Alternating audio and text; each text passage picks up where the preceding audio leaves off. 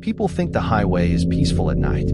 Empty roads, cool air, nothing but the lines on the asphalt stretching into the dark. But anybody who's ever worked night shift patrol knows the truth. The highway is never empty, and the dark isn't quiet. It just hides things better. I was 3 years into my job as a highway patrol officer in northern Nevada when this happened. And even now, I still avoid that part of the interstate.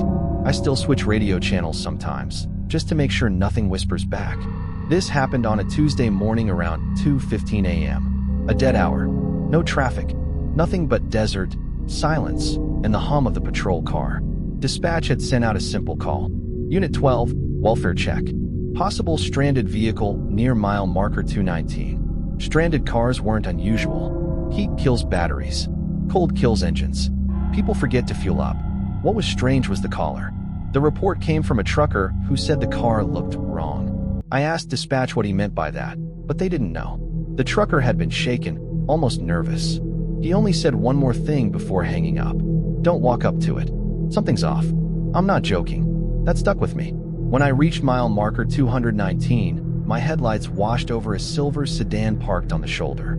Its hazard lights weren't on. No engine running. No sign of crash damage. Just sitting perfectly still. I pulled over behind it and radioed in. Then I stepped out into the cold desert night. The first thing I noticed was the silence. No wind. No engine ticking. Not even the buzzing of insects. It felt like the air was holding its breath. I approached the car slowly, keeping my hand near my belt, not drawing my weapon, just ready. When I reached the driver's side window, I lifted my flashlight. There was a woman inside, maybe mid-30s. Black hair, wearing a gray coat. Her hands were on the wheel. Her eyes were open, and she wasn't blinking. I tapped the window gently. "Ma'am? Highway patrol. Are you all right?" No movement. Not even a flinch. I tried again. Harder. Still nothing. Her face didn't look dead. It looked distracted, like she was listening for something I couldn't hear. I tried the door. Locked. I circled around to the passenger side. That's when I finally saw something that chilled me.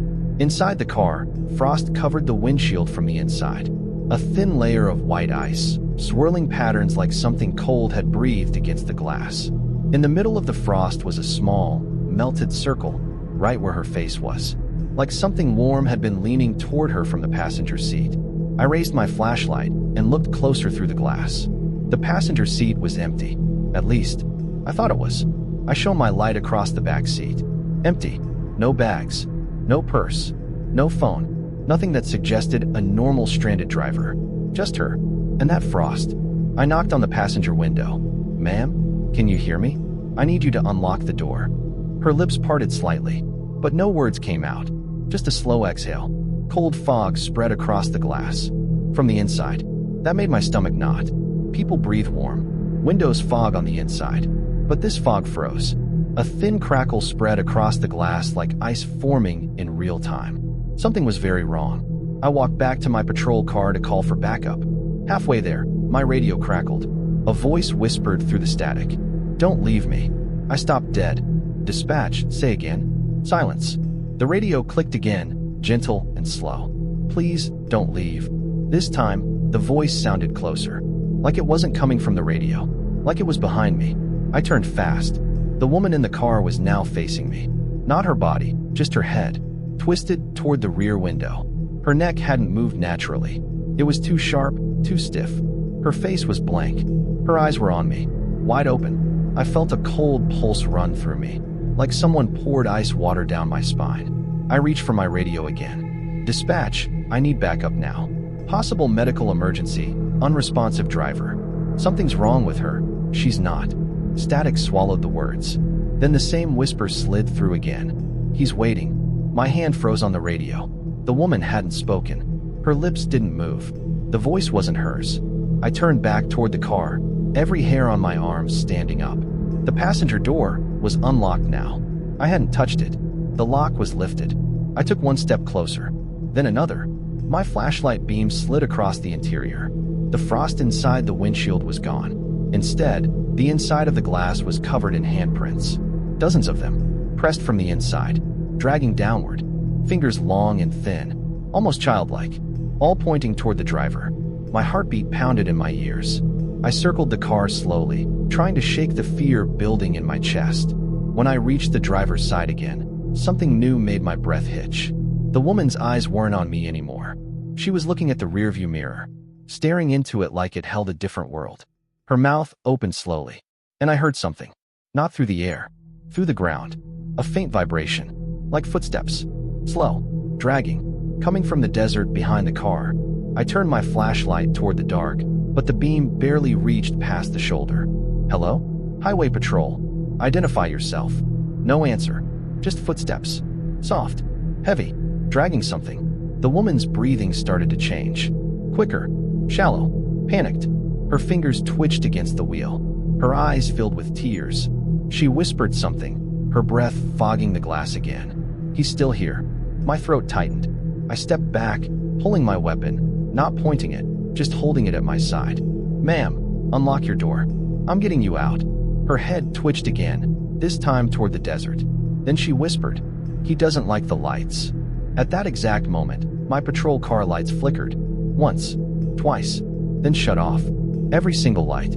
Headlights. Hazards. Everything. Silence swallowed the entire stretch of highway. The dragging footsteps stopped. My breath felt trapped in my chest. I aimed my flashlight toward the desert and saw something move, low to the ground. Fast. Wrong. A shape crawling out of the darkness. Not upright. Not human. Just a pale outline of something pulling itself forward on its elbows. Arms too long. Legs trailing behind like they were broken or unused. My flashlight flickered. The shape froze. My heart hammered so hard I felt it in my throat. The woman inside the car whispered again, don't let him reach you. My instincts screamed at me. Get her out. Get both of you out. Now. I rushed to the driver's door, pulled hard. It opened. She fell sideways into my arms, ice cold to the touch. Move, I whispered. She tried. Barely. Behind us, the crawling sound sped up. Fast. Too fast. I half-dragged, half-carried her to my patrol car and shoved her inside. My hands shook as I hit the ignition. The engine struggled, choked, coughed. The crawling sound grew louder. Closer, right behind us. I slammed the wheel, praying the engine would catch. And at the last second, the headlights snapped on. The desert in front of us lit up bright. Something pale and twisted was inches from the bumper. It jerked back like the light burned it. Then it slid into the darkness so fast I barely saw it move. I floored the accelerator and tore down the highway until the woman was safe at the nearest station. She never recovered enough to explain what she saw. All she said, over and over, was, he lives in the dark. He follows stranded cars. Don't ever stop for him. I transferred out of that district 2 months later, and I still think about that thing crawling through the desert. How it moved, how it watched, how close it got to us. Now, when I drive at night, I keep the lights bright, and I never stop for stranded cars on mile marker 219. Some calls aren't meant to be answered. You ever get that feeling when something is watching you from behind, and you know, absolutely know, that if you turn around, you won't see anything, but you'll still feel it? That's the feeling that started following me the night I met a man on an empty highway who should not have been there. Not alive, not human, not possible. I was driving from Reno to Denver, the same long route truckers take overnight, with nothing but desert on both sides and a sky so black it looked endless. My car was old, the kind that rattles if you go above 70, and I had a tiny U-Haul trailer hooked behind me that swayed every time the wind pushed it. It was supposed to be peaceful. No traffic, no noise, just the road. But around 2:30 a.m., the sky felt heavier than usual, and the desert looked wrong. Not dark, hollow, like someone had carved out all the sound. No radio signal, no GPS, no lights for miles. Just the hum of my engine and this strange pressure behind my eyes, like a headache forming under my skull.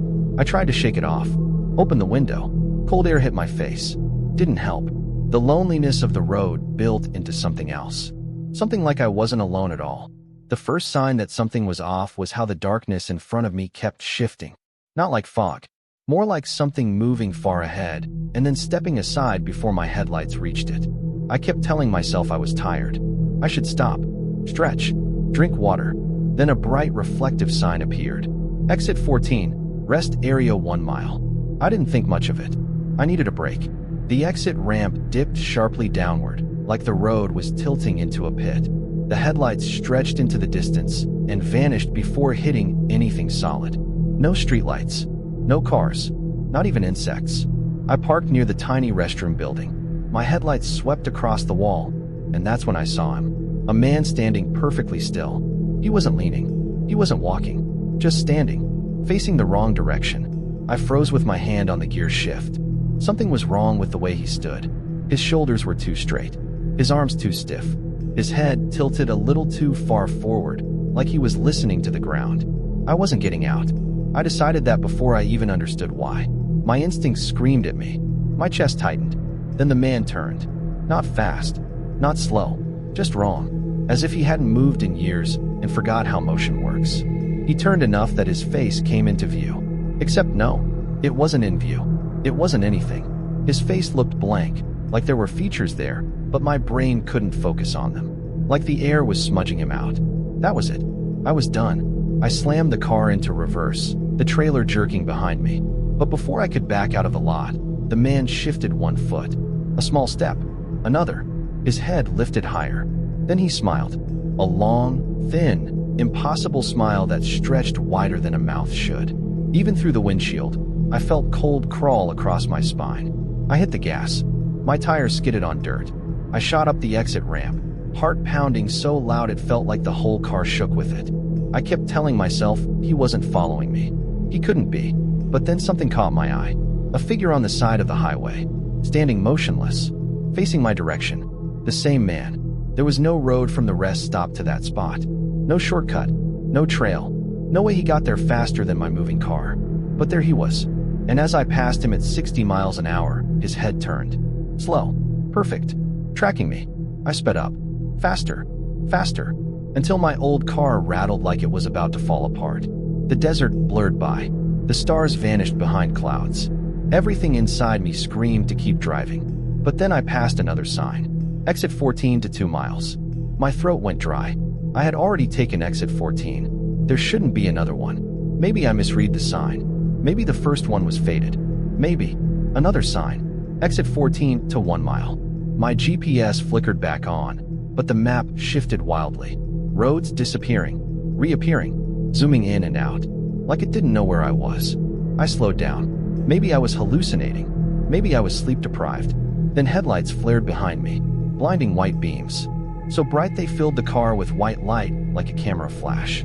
A vehicle, right behind me, way too close. I checked my mirror, and the headlights were so bright I couldn't see the shape of the car. Just the light. I switched lanes. It followed. I sped up. It matched my acceleration perfectly and stayed inches from my bumper. I tapped the brakes lightly to signal it to back off. Instead, the headlights instantly went dark, vanished, like someone turned off a switch.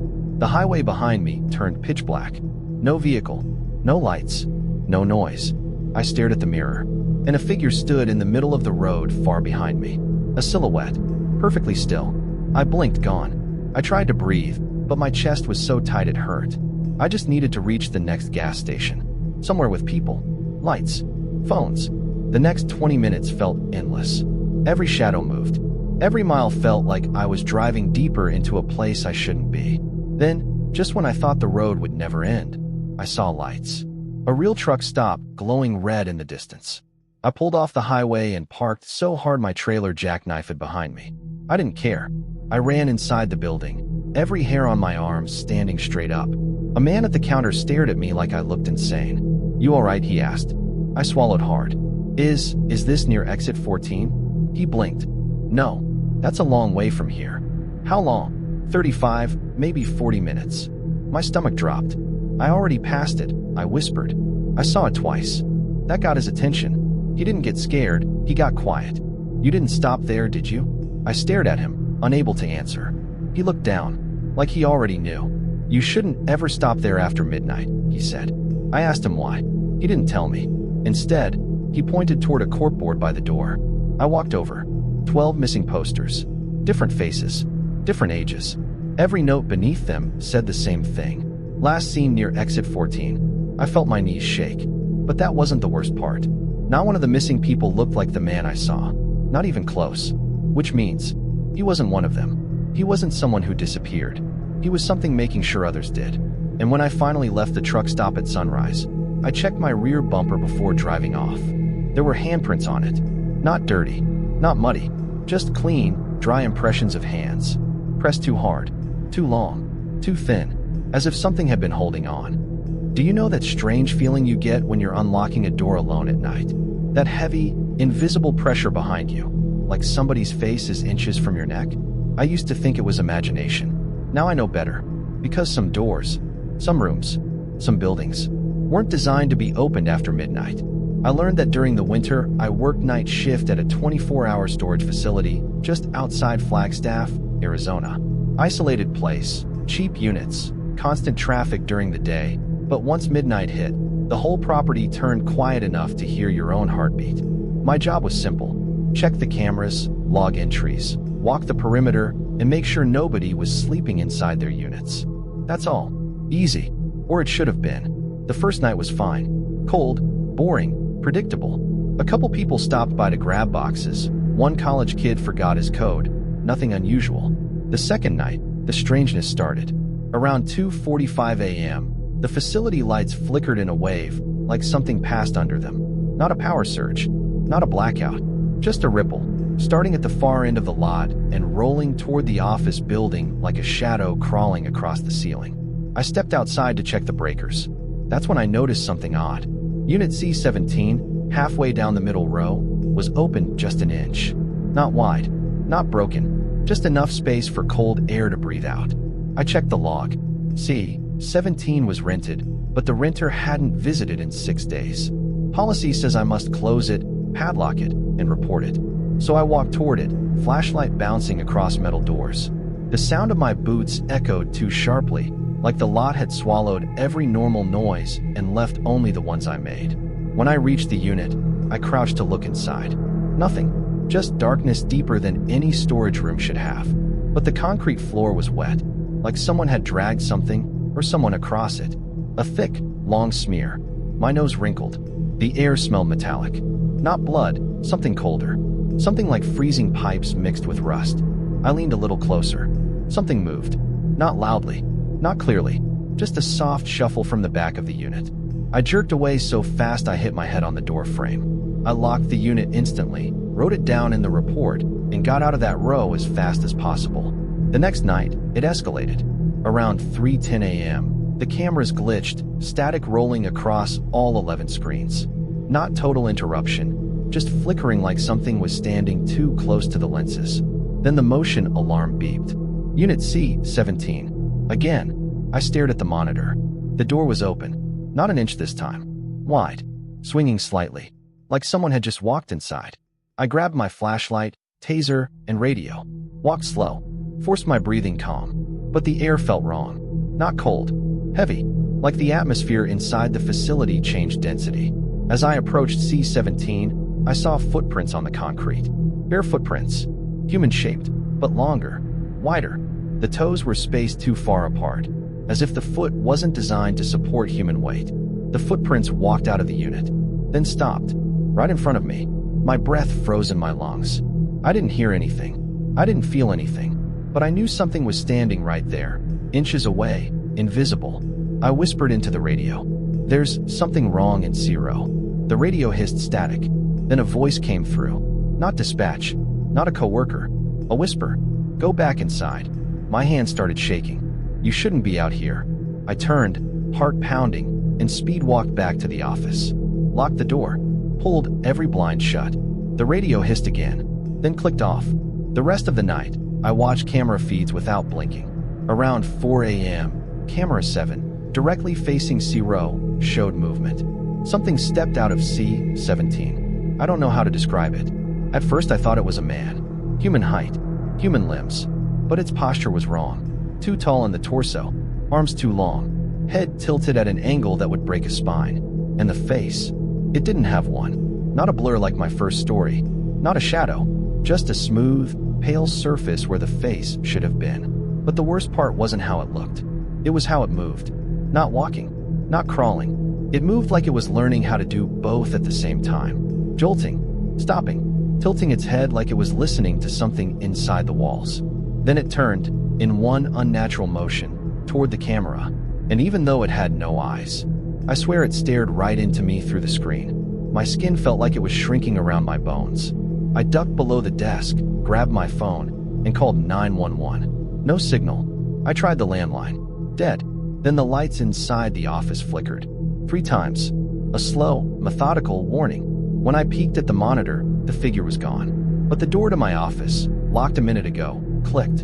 Unlocked. I held my breath. Silence. Then a soft scrape, like a fingertip dragging slowly across the outside of the door. I backed into the supply closet and shut myself inside. I sat in the dark for almost an hour, clutching a broom like it would save me. When the sun finally began to rise, I cracked the closet door. The office door stood open. Nothing inside. Nothing outside. C-17 closed again. I quit that morning. Didn't even finish the shift. But 2 nights later, around 3:08 a.m., my phone vibrated on the nightstand. No caller ID. Half asleep, I answered. Static filled my ear. Then a voice whispered, "You left the door open." I froze. I'm still inside. Static again. Then the line went dead. I moved to a new apartment 2 states away within a week.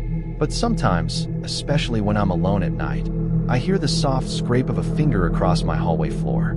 Long, slow, searching. And every time I pass a storage facility, I check the unit numbers, just in case there's a C-17, and just in case something inside it remembers me.